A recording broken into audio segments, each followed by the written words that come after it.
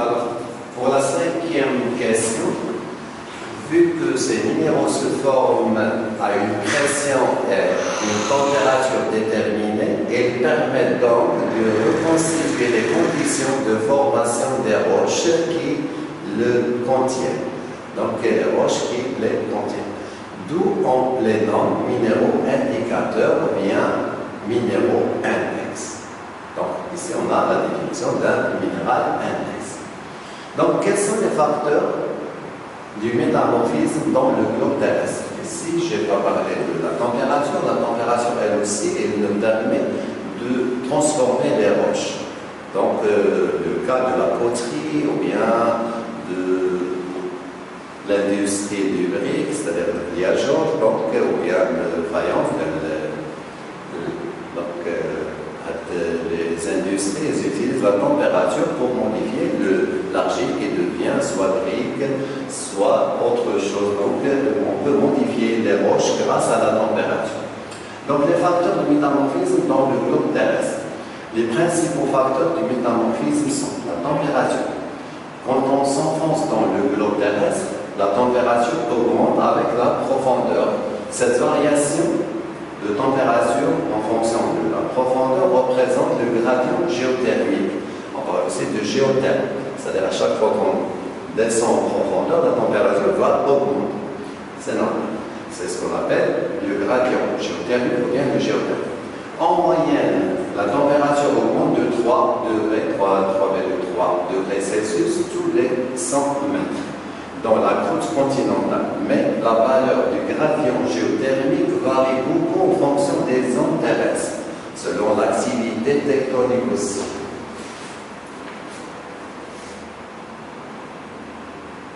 Donc ici, on a un graphique qui le montre, cette variation. Par exemple, dans les zones de subduction, on a le géotherme qui représente A. Donc la courbe A, bien géotherme A. Géotherme, on a dit que géotherme, on vient de gradient géotherme. C'est-à-dire, avec la profondeur, on a une augmentation de la température. Mais dans les zones de subduction, cette augmentation est faible, n'est pas très importante. On a déjà expliqué ça lors de la subduction. On a dit que ce géotherme, cette anomalie thermique s'explique par l'enfouissement d'une lithosphère océanique froide dans la sténosphère chaude. Dans les zones de collision, on a un géotherme avec une augmentation assez importante de la température avec la profondeur. Donc ceci est dû à l'enfouissement de certaines roches, certaines structures rocheuses en profondeur au niveau de la racine crustale. Donc elles peuvent subir une haute pression avec une haute température. L'augmentation de la pression et de la température. Dans les zones de subduction, on a le facteur principal, c'est la pression. Une augmentation assez importante de la pression et une faible augmentation de la température. On peut parler ici de haute pression, basse température. À la différence ici, donc, on a une haute pression avec une haute température. L'augmentation, donc ici, des deux facteurs du métamorphisme. Alors ici, un géotherme normal. Donc, dans les zones de subduction, on a le géotherme, il est un peu faible, non inférieur à un géotherme normal. Au contraire, dans les zones de collision qui est plus important. Donc, le géotherme, c'est-à-dire l'augmentation de la température avec la profondeur. C'est le gradient géothermique. Donc, la pression, elle est subdivisée en deux. Donc, quels sont les facteurs qui assurent cette pression, qui donnent cette pression qui est très importante? La pression, on parle de pression lithosphérique, qui est la pression exercée sur une roche par les roches qui la surmontent, c'est-à-dire les qui se trouvent au-dessus. Cette pression est fonction de la densité des roches et de la profondeur à laquelle elle s'exerce. C'est-à-dire en profondeur, elle augmente de pression, puisque le volume des roches qui se trouve en haut il est plus important, donc on aura une pression qui est très importante. Il y a d'autres pressions qui est due à des contraintes, pression de contrainte, des forces, compressives par exemple. Il s'agit de la pression exercée sur les roches par l'action des forces tectoniques. Elle est liée au chevauchement et au processus orogénique. orogéniques, c'est-à-dire le processus de la formation des chaînes de montagnes, les orogenèses. Donc, elle est orientée et engendre des déformations et l'apparition de nouvelles structures à différentes échelles. Donc, il donne des déformations tectoniques qui sont différentes. Entre autres, il y a des plis, les failles, les chevauchements, les nappes de charriage. Donc, il y a aussi une pression qui résulte de la présence des fluides, surtout H2O et CO2, dans les interstices et les lumières. Donc, la présence des fluides, donc eau, CO2, elle accélère les réactions de transformation minérale et les échanges de matière. Donc là, ce sont les trois types de pression. Il y en a notre type, c'est la pression due à l'isostase, c'est-à-dire l'équilibre des roches au niveau des couches. Donc, ce sont là les différents types de pression exercées sur les roches en profondeur. Donc, la définition du métamorphisme. Donc, on est arrivé à la définition du métamorphisme.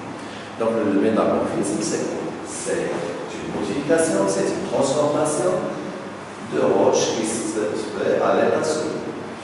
Donc, le métamorphisme est l'ensemble des processus qui induisent des modifications minéralogiques et texturales, c'est-à-dire structurales, d'une roche à l'état solide. Donc, le métamorphisme est l'ensemble des processus qui induisent des modifications minéralogiques et texturales d'une roche à l'état solide sous l'effet de la température, de la pression et des fluides.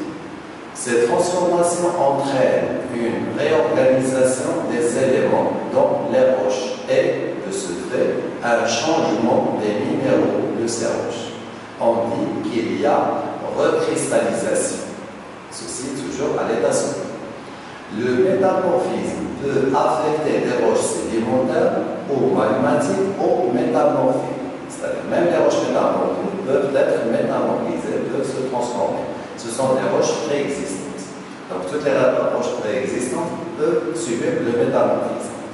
L'ensemble de roches métamorphiques obtenues à partir de la même roche mère et à degrés différents représente une séquence métamorphique.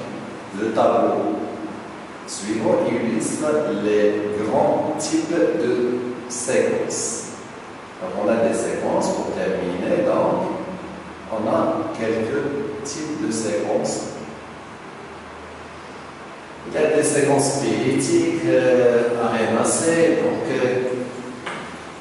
on va prendre par exemple basique, des séquences basiques, diorite, gabbro, basalte, qui se transforment en schiste, donc prasinite, amphibonite, pyroxénite, ou bien donc le cas de calcaire, des roches carbonatées, on a le calcaire et dolomite qui se transforme en calciste, marbre, sépoula, etc.